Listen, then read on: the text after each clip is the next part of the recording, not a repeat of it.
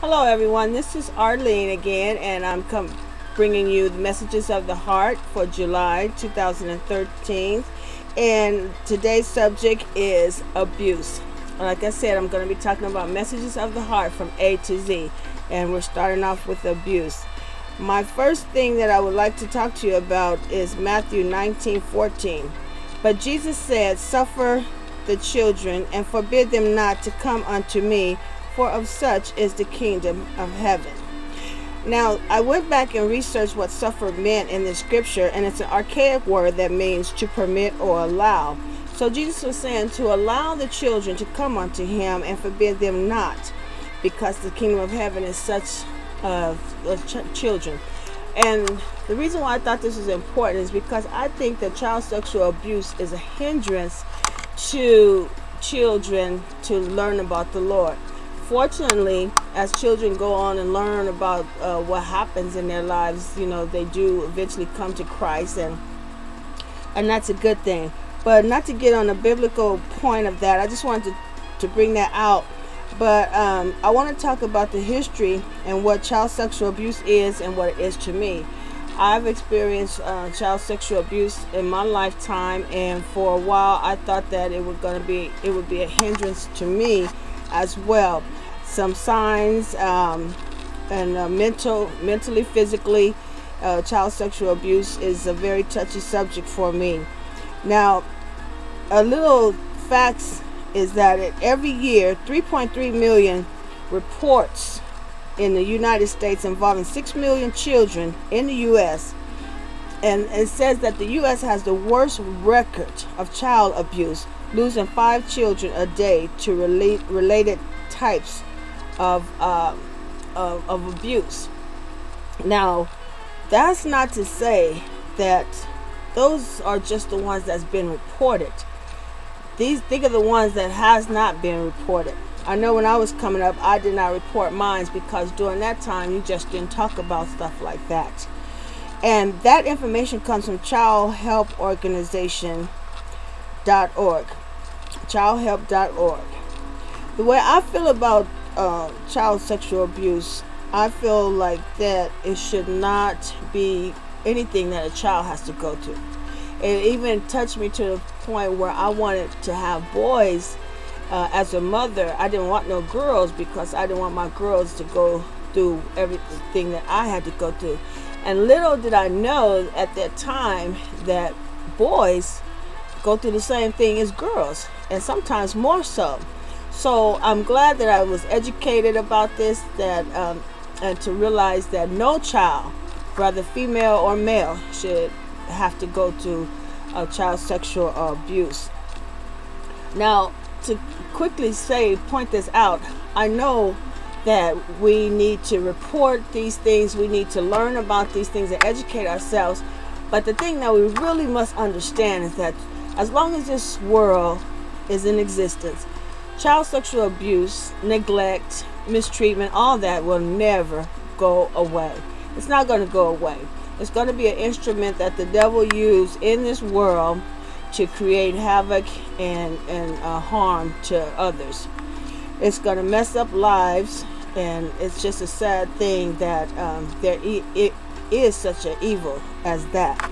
But like you say, we live in a world of evil, so we can't overlook it, but we can't just go out there and think we're going to clean it up overnight. But what we can do is try our best to curtail it. Now, here are some tips on noticing child sexual abuse. We're going to do some tips on noticing child sexual abuse, avoiding child sexual abuse, reporting child sexual abuse, and finding out who's a potential child sexual abuser. Now, noticing child sexual abuse, back in I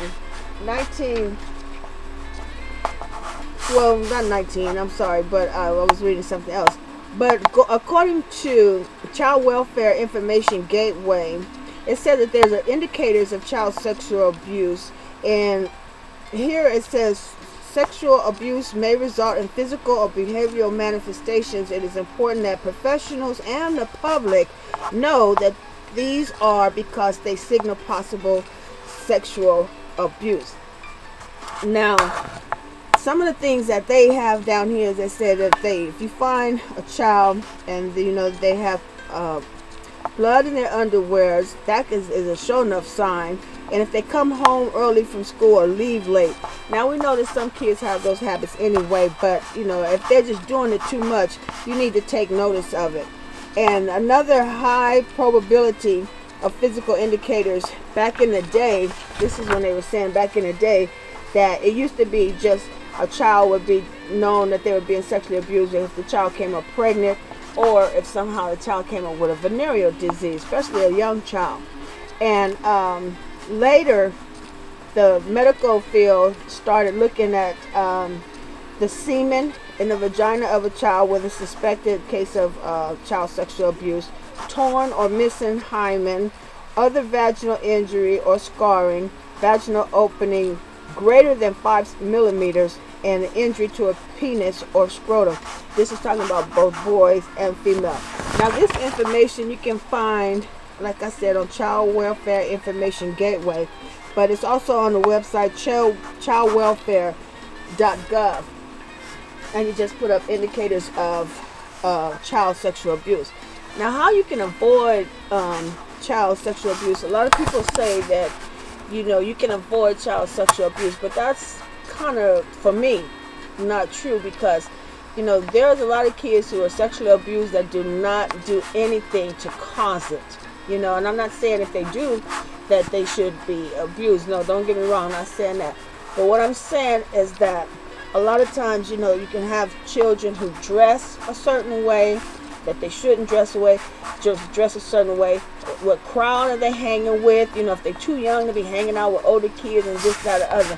And if they're little kids and sitting on people's laps and being tickled by grown men, or various things like that, or being kissed upon, kissing in the lips. Now, I know some of these cultures do certain things like this, but I'm just saying these are some things that you can look at. And if it happens too much, then you really want to check it out. Also, reporting child sexual abuse. A lot of people do not report because, like I said, back in the day, like I was raised up in around the 60s and things, you just didn't tell on things that was going on in your family or around your family. And you thought you was going to be blamed for it, so you always had that, stopping you from reporting too. And back then, child sexual abuse was not as popular, well, not popular, but it's not as well known to happen as it is today. So reporting is very important in these days. And if you're a person that's being abused and you're watching this, don't feel ashamed to tell somebody what you're going through, because that alone can cause you to have more problems. It can have you to have mental problems, health problems, all kind of problems, because you're holding it in. Do not hold it in. And I held it in for a long time, so I was about like 15 or 16 years old. And later on, I'll go more and more into that, but I'm just trying to get this out here to you. Do not hold it in. Talk to somebody. Find somebody that you feel like you can trust. And if you can't, write a letter to somebody and let them know, and then take it from there. Potential child sexual abusers. Now, a lot of times they say that a person who is abused will be an abuser. Well, thank God that I didn't fall into that trap. I am what they call breaking the cycle. When you break the cycle, that means you go through a situation, and just because it happened to you, you don't inflict it on somebody else, just to cover the pain that you're feeling.